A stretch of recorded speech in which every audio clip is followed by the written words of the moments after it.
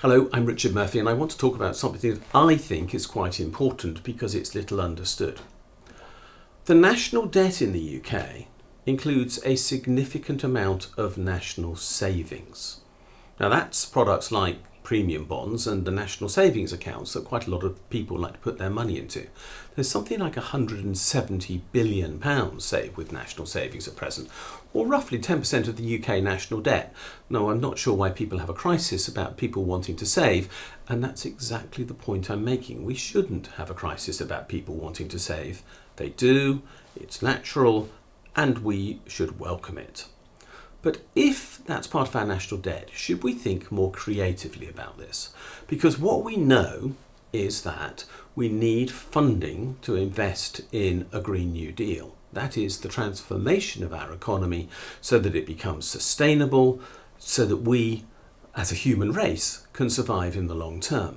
Now, the amount of money to be spent on the Green New Deal does vary according to different estimates.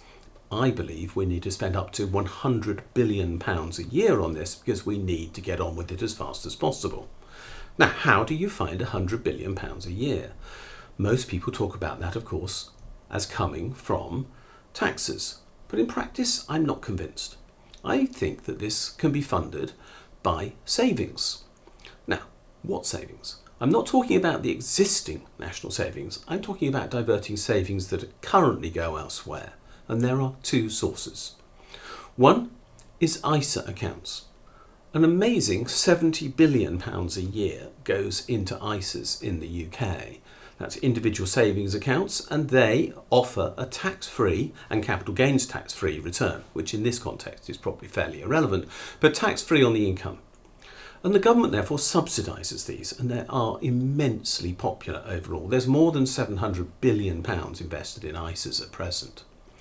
Now, could we use that money better? Because at the present point of time, most of it goes into stocks and shares, which don't create new jobs, or it's held in cash, which doesn't create new jobs, or fund any new investment directly. But suppose the government used a green investment bank, and it's talking about having one again, to issue new products with national savings, which would be green bonds. Those green bonds will pay more than 1% interest a year, so be very attractive in financial markets, wouldn't cost very much, and I believe should be the only mechanism available within an ISA for saving. If we're going to give tax relief, we should do it for a social purpose. We need money to be used for the Green New Deal, offer a savings bond which funds the Green New Deal, and I believe we could raise £70 billion a year to fund that process. But that, of course, isn't £100 billion a year. Where does the rest come from? Well, we have another tax incentivised savings scheme, and that, of course, is pensions. And quite a lot of people have pension arrangements, and over £100 billion a year in the UK goes into pensions every year. So, could we do something about that? Well, my answer again is yes, we could.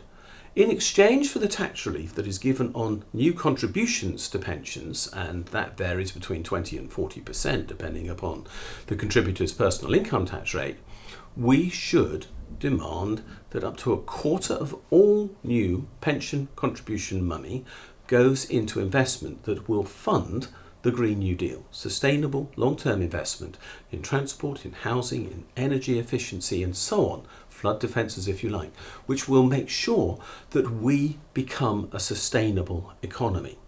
Do that and we could provide another £25 billion a year for the Green New Deal. Well, £70 billion from ISAs and £25 billion or so from pensions is near enough the £100 billion that we need to fund the Green New Deal, and without any tax money being used and without extending any existing tax incentive, simply by redesigning what we've got. If we could solve all problems that easily, then this world would be a great better place. I think that this is a simple solution to a major problem, but that would release vast amounts of money to transform the world in the way that so many people want, and at the same time create something which is really important, and that's intergenerational solidarity between older people who tend to be savers and younger people who obviously have an awful lot invested in this process because they're going to be the major beneficiaries. If that's of interest to you, I hope that you'll subscribe to this channel because we're going to be talking about more issues relating to the Green New Deal over time. The button's right below right now. Please follow me on Twitter at Richard J. Murphy. Look at my blog, Tax Research UK, and I'll see you again soon.